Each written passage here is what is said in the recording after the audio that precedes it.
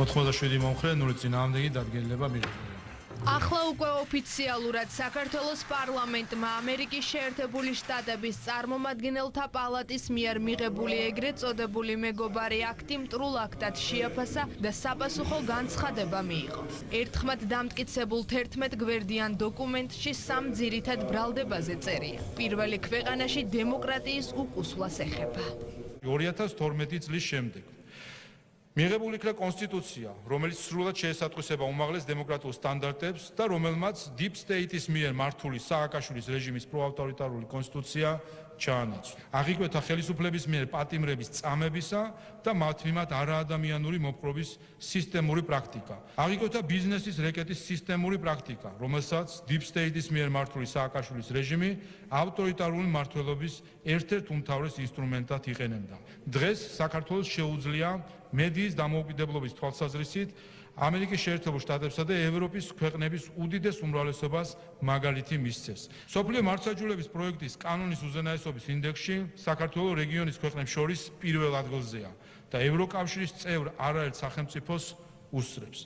დემოკრატიის მრავალფეროვნების კვლევის თანახმად, ხელისუფლების ჩარევისგან მართლმსაჯულების თავისუფლების ინდექსში საქართველოს ევროპაში მე-9 ადგილი უკავია. მიუხედავად იმისა, რომ 2020 და 2024 წლებში Deep State საპარლამენტო არჩევნების დელეგიტიმაციის მასშტაბური კამპანია წინასწარ ჰქონდა დაგეგმილი, ორივე არჩევნები იმდენად სამართლიანი იყო, რომ არსებითი დარღვევის ფაქტები და მტკიცებულებები ვერავინ წარმოადგინა.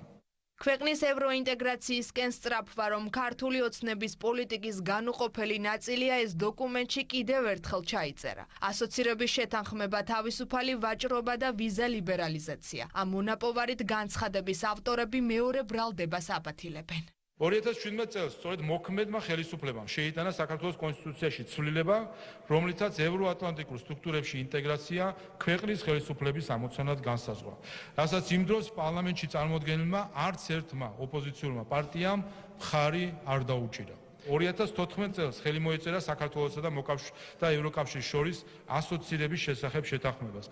ღრმაა და ყოვლისმომცველი თავისუფალი სავაჭრო სივრცის შესახებ შეთანხმებას, ხოლო მოგვიანებით საქართველოს მოქალაქეებისთვის უვიზო მიმოსვლის რეჟიმი დაწესდა.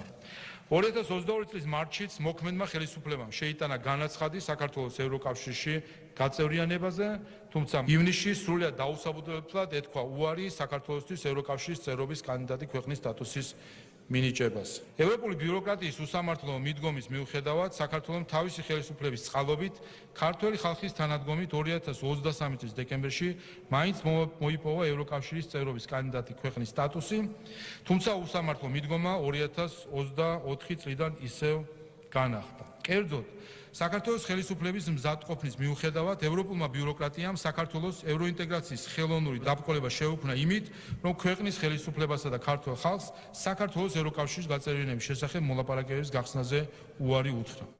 მესამე ნაწილი პოლიტიკურ აქტორებთან საქართველოს ურთიერთობებს ეხება. ქვეყნის პირველმა კანონმდებელმა ხაზგასმით აღნიშნა, რომ სხვა ქვეყნებისგან განსხვავებით 2012 წლის შემდეგ რუსეთში არც ერთი ქართველი პოლიტიკოსის ვიზიტი არ შემდგარა.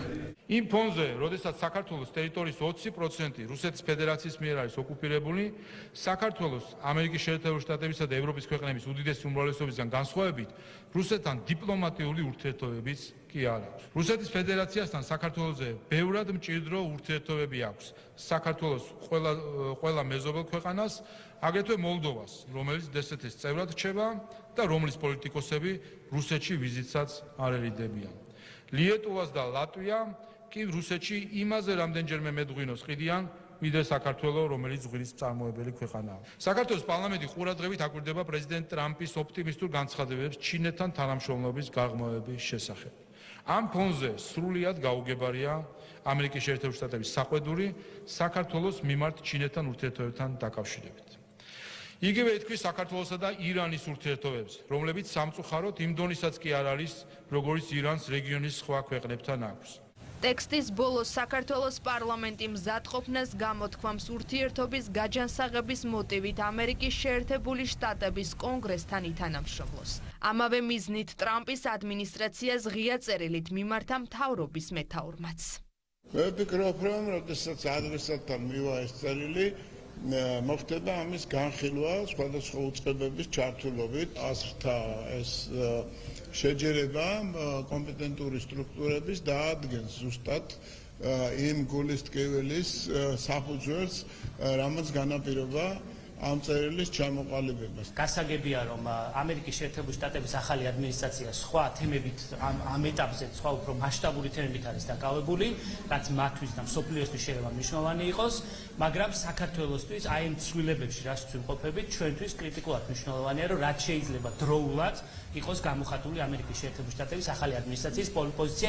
ღია წერილით თუ ოფიციალური განცხადებით საქართველოს აღმასრულებელი და საკანონმდებლო ხელისუფლების წარმომადგენლები იმედს გამოთქვამენ, რომ ახალი ადმინისტრაცია Deep State-თან ბრძოლაში გაიმარჯვებს, რაც მათივე ხედვით ორ ქვეყანას შორის ურთიერთობების გადატვირთვის წინაპირობა გახდება.